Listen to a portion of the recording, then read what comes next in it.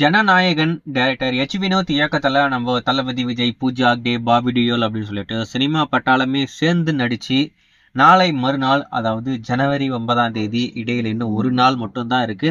நம்ம இந்த படத்தை ரொம்பவே கிராண்டா பார்த்து என்ஜாய் பண்ணலாம் அப்படின்ற மாதிரி வெயிட் பண்ணா கடைசி நொடி வரைக்கும் நம்மள அப்படியே பதட்டத்திலே வச்சுட்டு இருப்பானுங்க போல. இந்த படம் ரிலீஸ் ஆகுமா ஆகாதா, ஆகுமா ஆகாதா அப்படின்ற ஒரு குழப்பமான ஒரு நிலைமையில தான் இன்னமும் நம்ம ஜனநாயகன் திரைப்படம் இருக்கு. என்ன பிரச்சனை அப்படின்றது உங்க எல்லாருக்கும் தெரிஞ்ச விஷயம் தான். இன்னமும் இந்த படத்துக்கு சென்சார் சான்றிதழ் வழங்கவே இல்லை. அதுக்காக சென்னை உயர்நீதிமன்றத்துல படத்தரப்பு ஒரு கேஸ் போட்டாங்க. எங்களுக்கு சான்றிதழ் தராம இழுக்கடிக்கிறாங்க அப்படின்னு சொல்லிட்டு. ஸோ அது நேற்று ஏரிங் வந்துச்சு. ஆனால் நேற்று விசாரிச்சுட்டு நாளைக்கு நாங்கள் என்ன அப்படின்ற மாதிரி சொல்கிறோம்னு சொல்லிட்டு இன்னைக்கு மதியானம் 12:15 அந்த கேஸை இப்போ தள்ளி வச்சிருக்காங்க.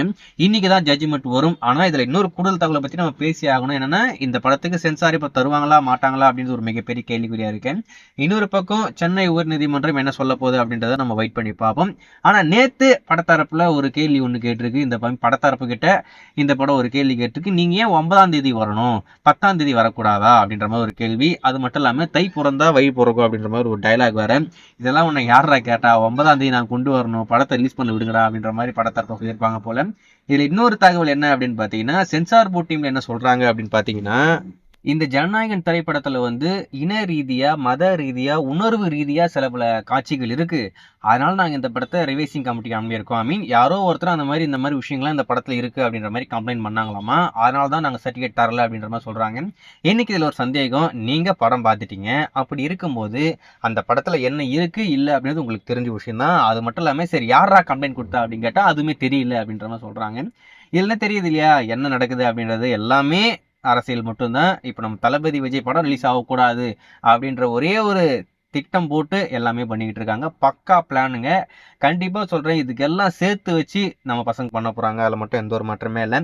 ஸோ வெயிட் பண்ணி பார்ப்போம். இன்னைக்கு மதியானம் இந்த படத்தோடைய கேஸ் மீண்டும் விசாரணைக்கு வருது. இன்னைக்கு ஜட்ஜ்மெண்ட் இருக்கு. டெஃபினட்டா படம் ரிலீஸ் ஆகிடும், எந்த ஒரு மாற்று கருத்தும் கிடையாது. ஜனவரி 9 கண்டிப்பா படம் வரும். ஏன்னா ஏற்கனவே புக்கிங்லாம் பல தேட்டரில் ஓப்பன் பண்ணி ஒரு வாரத்துக்கு டிக்கெட்டே சேல் பண்ணி முடிச்சிருக்கானுங்க. ஸோ அப்படி இருக்கும்போது கண்டிப்பா படம் தள்ளி போறதுக்குலாம் வாய்ப்புகளே கிடையாது. பிளான் பண்ணபடி ஜனவரி 9 நம்ம ஜனநாயகன் பொங்கல் தான் சரவெடியா இருக்கும். அதில் மட்டும் எந்த ஒரு மாற்றமே இல்லை. ஸோ வெயிட் பண்ணி பார்ப்போம். இன்னைக்கு மதியானம் நீதிமன்ற தரப்புல என்ன சொல்றாங்க அப்படின்னு சொல்லிட்டேன். அவங்க சொன்னதுக்கு அப்புறம் கண்டிப்பா அப்டேட் பண்றேன். மோஸ்ட்லி எல்லாமே சுமூகமா முடிஞ்சு இன்னைக்கு சென்சார் வாங்கி எல்லா திரையரங்குகளிலும் மிச்ச இருக்கிற எல்லா தியேட்டர்லயுமே புக்கிங் ஓப்பன் பண்ணிடுவாங்க அப்படின்ற மாதிரி நான் எதிர்பார்க்கிறேன். வெயிட் பண்ணி பார்ப்போம்.